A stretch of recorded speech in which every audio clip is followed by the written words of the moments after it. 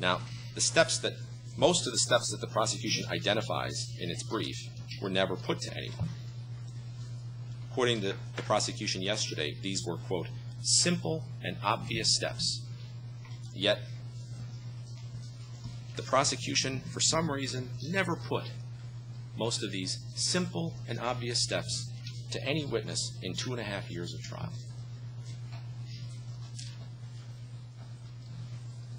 What you heard yesterday in respect to measures within or against the 134th Home Guard units was based on the military expertise of no one. They are the opinions of prosecution trial counsel, not put to any witness in the case. They are arguments made up out of whole cloth.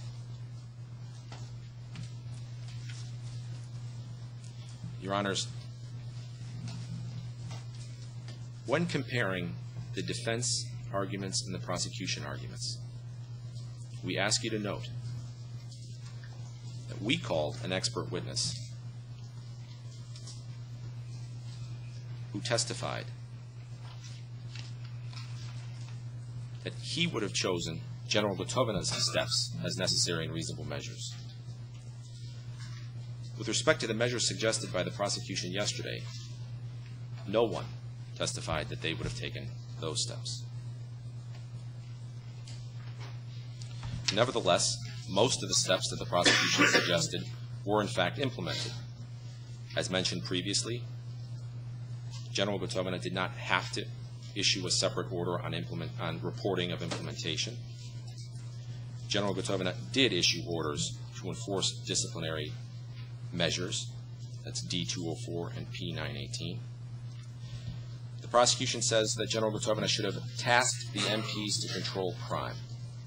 This issue has been litigated extensively and doesn't require any further comment other than to say that we are confident that the trial chamber has well understood who was in command of deploying the military police for crime prevention, investigation, and prosecution. Moreover, I must point out that in discussing the military police, the prosecution repeatedly claims, such as in paragraph 238, that General Gotovina exercised, quote, command and control over the military police. There is absolutely no evidence for that claim in the evidence. Article 8 makes clear that command and control rested with Lauschich alone.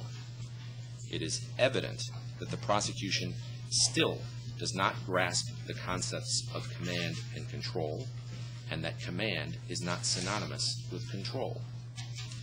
Mr. President, you tried to alert the parties to this distinction at transcript 2395, lines 8 to 19, and General Ferrand tried to explain it to the parties at transcript 4343, line 22 to 4344, line 4. Unfortunately, the prosecution still does not understand. The prosecution argues that General Gotovina should have imposed military curfews in Croatia. This argument plainly ignores Croatian law and essentially argues that General Gotovina should have enacted a military coup d'etat against the civilian government of Croatia. It is clear that General Gotovina did not have the legal power to declare a military curfew in liberated areas when the constitutional order of Croatia had been restored. Clearly, the prosecution would rather advance another hopelessly unsubstantiated argument rather than concede the obvious. Finally, the prosecution claims that General Gotovina should have removed or replaced commanders or imposed disciplinary measures against commanders. This was never mentioned before their final brief. Which commanders, Your Honors? For what? Well, we don't know. And the trial chamber doesn't know.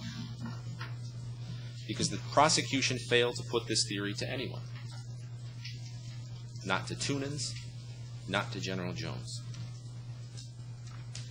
The prosecution, of course, will now likely say he should have disciplined every commander or replaced every commander. Unfortunately, we cannot respond to any such allegation because it hasn't been raised before. Now, consider this. You are being asked to find that General Gotovina his failure to take such obvious measures was so clear, was so blatantly self-evident, that you should find not only that General Gotovina bears responsibility under 7.3, but that it went a step further to willful intent to allow burning and looting. Yet these obvious self-evident steps were never raised in 2.5 years of trial.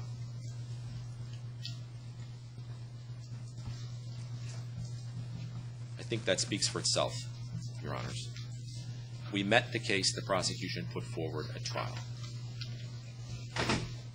The rest of these new arguments have no weight and no citation to the record.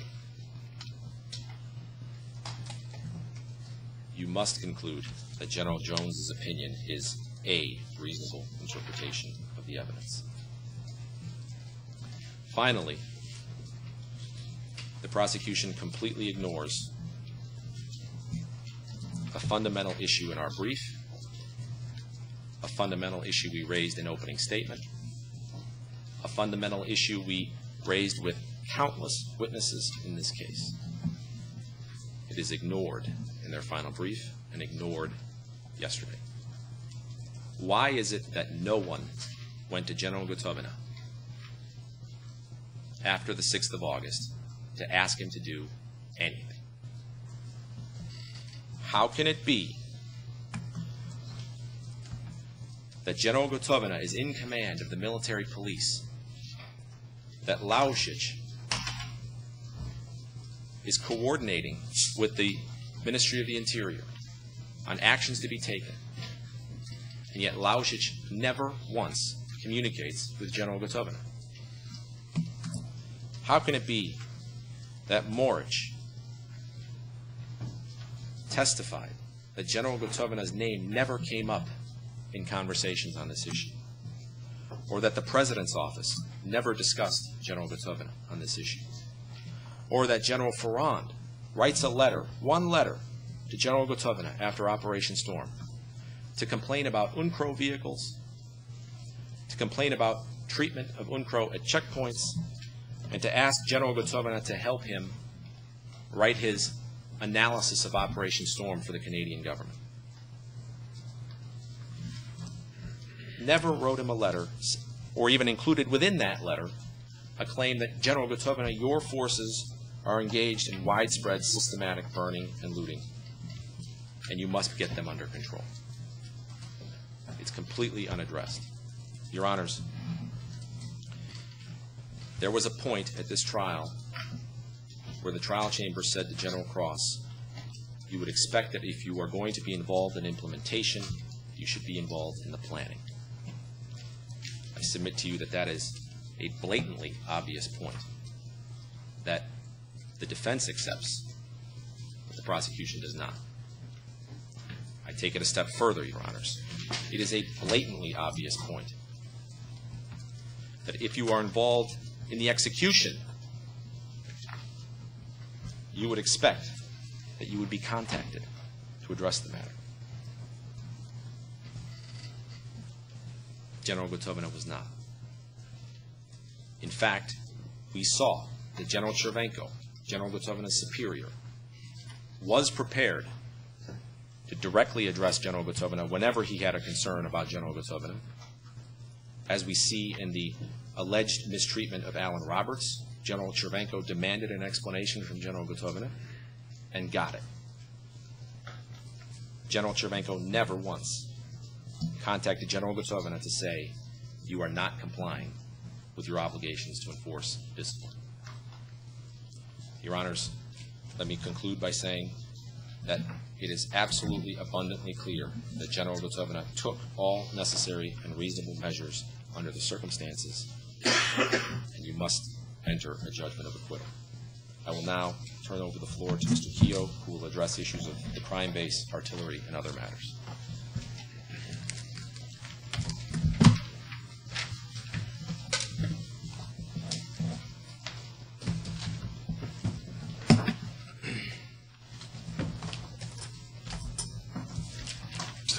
Keogh, I'm looking at the clock. May I take it that you prefer to, will you take all the remaining 90 minutes, or will there be any further division of?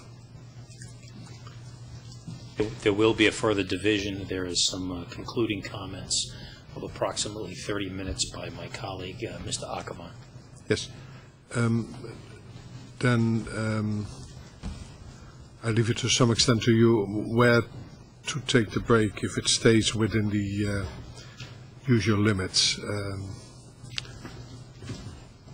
Please keep that in mind. Yes, Mr. President, I will, and I trust that the Chamber will want to break at the usual time of approximately 10:30. Yes, but if, for example, if 10 minutes later you would be finished and someone else would take over, then we would, of course, take the break 10 minutes later. That's, please proceed. Certainly. Your Honors, court staff, my learned colleagues on both sides of the well, good morning. Before I go into the comments that I have on various aspects of this, I want to hearken back just initially to the comments made by my friends across the well on the need for accuracy and the need for the court to carefully examine citations in these briefs. And I know the Chamber will do so. And I know the Chamber will purposely and directly examine many of the allegations, some very serious allegations leveled against these three accused. And I know when the prosecution levels charges that in the use of artillery, in Bankovats, Obrovats, and Grachats, that use of artillery caused civilian deaths and injuries. And I know the Chamber will look and examine that evidence of civilian deaths and injuries in Bankovats, Obrovats, and Grachats, which the prosecution mentions in paragraphs 138, 484. And we'll examine that evidence to see what those deaths and injuries were.